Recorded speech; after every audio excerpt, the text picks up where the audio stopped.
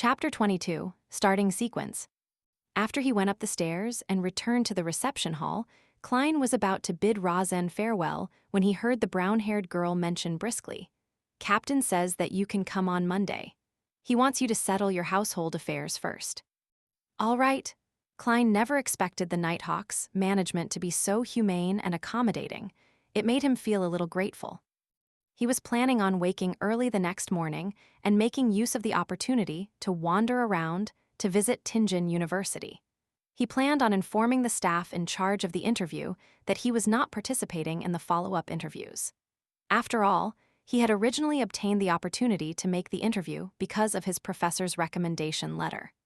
Regardless, it was basic courtesy to have formal closure.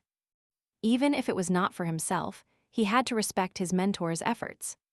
And in a world without telephones, where telegrams were charged by the character, and the fact that it would be too late to send a letter, he felt that taking the public carriage to the university was the most economical and suitable solution.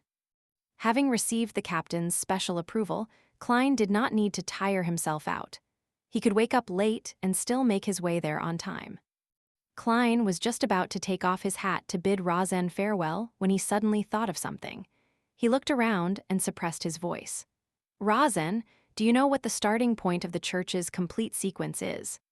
He had forgotten to ask old Neil. Rozen's eyes widened as she looked at Klein in astonishment. "You wish to become a Beyonder." Was I that obvious? Klein's body language betrayed him as he answered in embarrassment. Having learned that extraordinary and mysterious powers exist in the world, it's inevitable that I have some yearnings for it. "My goddess, do you know how dangerous it is? Didn't Captain tell you? The enemies of Beyonders are not just cultists or dark warlocks but themselves. People lose control nearly every year. Some even end up sacrificing themselves. Aren't you going to consider how your family will feel?" Rozen's hand gestures amplified her tone as her reaction appeared overly agitated. "Klein, I think the better choice is to be a civilian staff. There's nearly no danger, and our salary increases every year. After a few years of work, you will have saved up much money, allowing you to rent a bungalow in the North Borough or in the suburbs. You can then marry a rich and charming lady and have a wonderful family, having adorable and naughty little angels." "Rozen, stop, hold up." Klein hurriedly stopped her in exasperation when he realized that she was changing the subject. "I just want to, understand the basics for now." "All right." Rozen fell silent for a few seconds as she lowered her gaze, feeling somewhat sorry. "Due to what happened to my father, whenever I face similar problems, I tend to be, well, a little agitated. However, to be honest, I'm filled with respect towards any man or woman who willingly wishes to be a Nighthawk." I understand, echoed Klein. Rozen blinked her light brown eyes and added, "My father once said that one should never think that they can resolve hidden risks or combat danger by simply becoming more powerful or a higher sequencer. In fact, it's the opposite. They will encounter more terrifying matters. When facing the unknown or a terrifying existence, death and insanity are the only two outcomes." Heth, he ended up sacrificing himself 2 weeks after saying that. "Klein, don't look at me with pity. My life is great now, really great. It's only right to feel fear towards these matters. I only want to know the basics." Klein repeated his previous reply, not sure whether he should laugh or cry. "Captain explained it more clearly than you. And even if I do not become a Beyonder, I have already encountered something extraordinary." "All right," said Rozen ruminatively. "I've heard Captain's and old Neil's conversation before. As extraordinary creatures are declining or going extinct, few high sequencers exist in this era. It's already very impressive to become a Beyonder. Combining our Tianjin city and the suburbs, there are hundreds of thousands of people or maybe even more. Yet there are only about 30 plus Beyonders. Well, it's just my guess. I'm not counting the cultists and dark warlocks who hide in the dark." Without waiting for Klein's reply, she seemed to regain her vibrancy as she clenched her fist and brought it to her chest. "And among these 30 plus Beyonders, most of them are at sequence 9. It seems I have gone off topic." "It's okay, that was something I wanted to know as well." Klein wished that Rozen could be like her usual self, revealing more information as she rambled on. "Anyways, it's already very, very impressive to become a Beyonder," Rozen repeated herself. The starting sequence of our church's complete sequence is sleepless. Sequence 9, sleepless. Indeed. Klein nodded as he watched Rosen finding it hard to stop herself from describing in detail. You should be able to guess from the name. A sleepless is someone who does not need to sleep at night. 3 to 4 hours of rest in the day would be sufficient. Man, I'm so envious. No, not at all. Sleep is a gift bestowed upon us by the goddess. It's the truest bliss.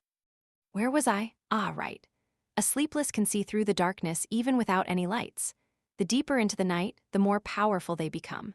I mean more powerful in the aspects of their physical strength, their intuition, and their mental capabilities. However, although they can detect unknown dangers that lurk in the dark, they will still rely on demon hunting bullets and other items to handle monsters they are unable to deal with via normal means. My father was once a sleepless. Without waiting for Klein to press on, Rosen continued. After that, it's Sequence 8's Midnight Poet, and one level higher is Sequence 7's Nightmare. Nightmare. Klein instantly recalled that Dunn Smith had guided his dreams. He asked as a confirmation, Captain. You know about it? Rosen's mouth nearly turned into an O shape. Captain once entered my dream. Klein glanced around as he lowered his voice once more. Got it. Rosen was enlightened as she answered with a whisper. She picked up a coffee cup beside her and took a sip before saying wistfully, There are only 2 Sequence 7 Beyonders in our Tingen City's church. It's likely that Captain is one of them. Even if he goes to a large diocese like Backland, he is still an impressive figure. Some deacons might not even be stronger than he is. So Captain is that impressive, Klein echoed with a smile. Frankly, Dunn Smith's appearance last night had left a deep impression on him. He had basically believed that Dunn was an extremely powerful Beyonder. Of course, Rosen proudly straightened her back. In moments, the scatterbrained her said with a vexed expression, As for what's above Sequence 7, I have no idea. Among all the Nighthawks, perhaps only Captain will know. Then what about other starting sequences, the ones that aren't complete? Klein was satisfied as he changed the subject. It had to be said that Rosen's description of Sleepless did match his imaginations and expectations of Beyonders. However, it was not the kind he wished to become. The perfect Sequence 9 was likely one that could study and grasp more knowledge of the mystery. By doing so, he could leverage on them to figure out the reason for his transmigration and lay the foundations of his future transmigration back. Rosen thought for a moment before saying with a sigh, I'm not that interested in this aspect. I only know we have more than other churches. After all, the goddess is the mother of concealment. Well, there should be 2 or 3. Some of our teammates are cold and distant, making me fear them. They also have a strange smell to them, some members. Well, I mean you should talk to old Neil. He knows a lot as well as quite a number of interesting magical rituals. Let me think.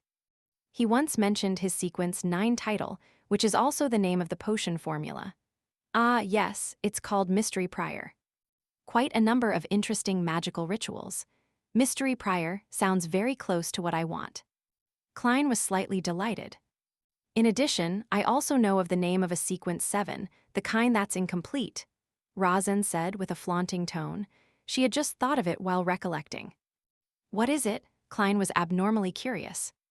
In a world where high sequencers were scarce to the point of them possibly not existing, Sequence 7 was probably considered quite a potent force in the church. Rosen revealed a sweet smile as she replied smugly, Spirit medium.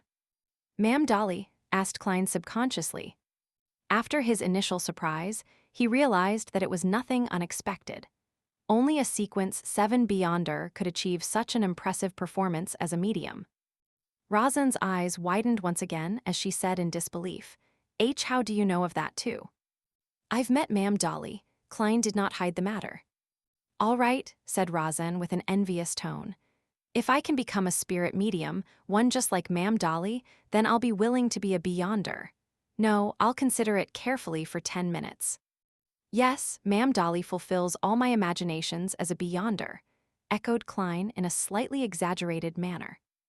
Having fulfilled his goals, he chatted idly with Rosen for a few minutes until he realized he was not getting any new information. He took off his hat and bowed before leaving. As he walked down the stairs, Klein suddenly stopped after taking a few steps. He reached out to pat the notes in his inner pocket. Immediately following that, he took out 12 gold pound notes and clenched them tightly in his left palm. Then, he reached his hand into his pocket and refused to release or pull them out again. Without realizing it, a smile appeared on his face. According to the customs of the foodaholic empire, China, a treat to dinner was in order after earning money. It's time to give Melissa a treat tonight.